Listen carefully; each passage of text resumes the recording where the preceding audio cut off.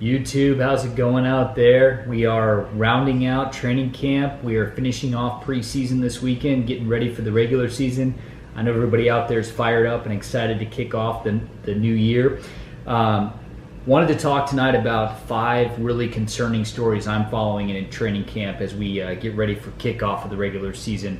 Starting with number 5, looking at the New York Jets. And I guess it's not surprising, right? The Jets just seem to be snake bit year in, year out. The team obviously historically has not been run very well. I felt like at the draft, didn't mind the Zach Wilson pick, but really felt like they nailed it with the Elijah Vera Tucker pick. I thought they were starting to grasp it, build a wall in front of the young quarterback, pair him with Mekhi Becton, and really start to build a solid offensive foundation for the year. So Mekhi Becton shows up to training camp. He's 35 pounds overweight. He's not moving well. Now he's injured. They brought in a couple of free agent pass rushers to build around their young core on the interior of the defensive line. Both guys are hurt. Both guys are now out for the season. The Jets are just an absolute mess right now. And despite Zach Wilson having a really good game in his second preseason start, I expect the Jets to struggle mightily, especially under a rookie head coach. Very sad story. Their quarterback's coach suddenly passed away, and so Jets fans, I hate to tell you this, but get ready for another long and anguishing year. Number 4, Chicago. Chicago fans, I feel great for you. I'm excited for you with the Justin Fields pick. I think you guys really do have your quarterback of the future, but here's the thing. Your offensive line right now is a disaster. Tevin Jenkins, I thought, was a great pick. He's hurt, hasn't really played yet. Sit Justin Fields until your offensive line at least gets healthy and starts to stabilize. Let Andy Dalton play. Let Justin Fields learn. Just be patient. Play the long game here, Chicago fans. Let Justin Fields sit. Let him learn. Let him get comfortable. Play the long game. You'll be happy you did. Number 3, Dwayne Brown. Seattle Seahawks, pay this guy. I know he's a bit older. I know he's got another year left on his contract. He's going to be 36 years old. But offensive tackles are playing much longer these days. I mean, look at Andrew Whitworth. He's going to be 40 years old here for the Rams.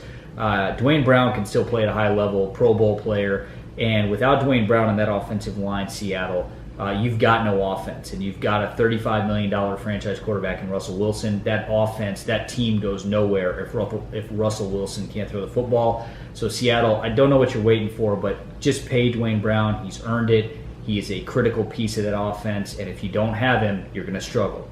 Number 2, the Rams. The Rams are a team that a lot of people have been high on coming into the season, and I like the Rams, don't get me wrong, but I don't know that I've ever seen a roster so top-heavy ever. They've got 4 or 5 guys that are just absolutely dynamic, top-of-their-game players, but their depth is going to significantly be challenged. I mean, these guys are one injury away from really having a problem. And they've already sort of been struck here in preseason, losing Cam Akers to that really unfortunate Achilles injury. They recently now traded for Sony Michel, trading away more draft picks now. So, I mean, how many draft picks do they even have left in the coming years? This is the thing I'm going to watch with the Rams. These guys could be really good.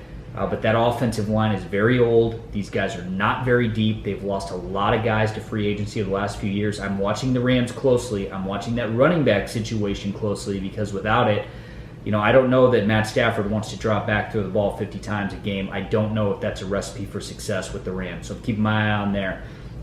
And last but not least, this is a story I don't think is getting talked about enough yet, is the Denver Broncos naming Teddy Bridgewater starting quarterback.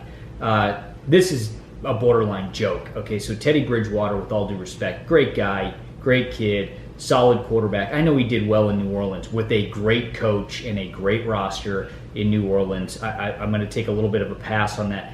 Matt Rule, who's an offensive guy, I know he's a younger NFL coach, but an offensive guy, said, I can't win with this guy, and got rid of him for Sam Darnold. Okay, and this is who Denver is going to roll into the season with. Now, you think about this, Bronco fans. Think about this for a second.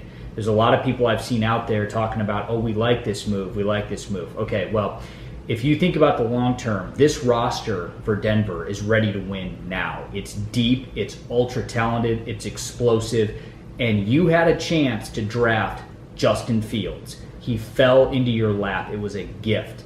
Now, with all due respect, I love the Patrick Surtain pick. I think he's going to be a stud. He's already drawn comparisons to Jalen Ramsey. But here's the problem.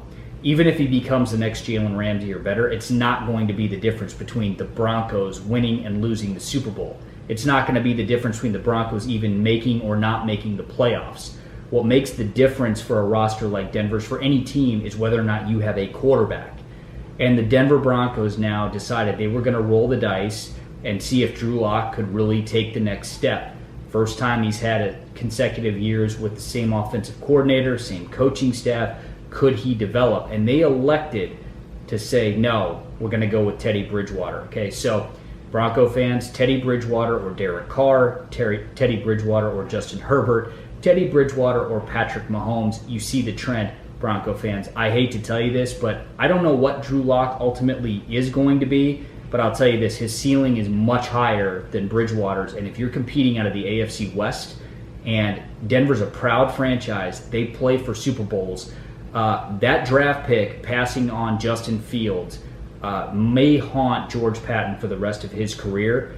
And this could be a long ride, Denver Bronco fans, because I'm telling you right now, if this quarterback situation doesn't get resolved soon, if you really think Teddy Bridgewater is the future, I got to tell you, Denver, I think come playoff time, Bronco fans are all going to be sitting home again. And as you look out to the 2022 draft, Spencer Rattler, Sam Howell, not exactly what I would rate a cream of the crop quarterback class. I don't know where you're going to find your franchise quarterback, Denver, but I think you might seriously regret that Justin Fields pass, because now you're heading in with a guy who's now played on his fourth team in 4 years. So that's all I got tonight, guys. We got a lot more content coming out here soon. A lot of great stories coming up. There are a lot of stories coming out of training camp I'm really excited to catch up with you guys about. We'll talk about those next time. Have a great night, everybody.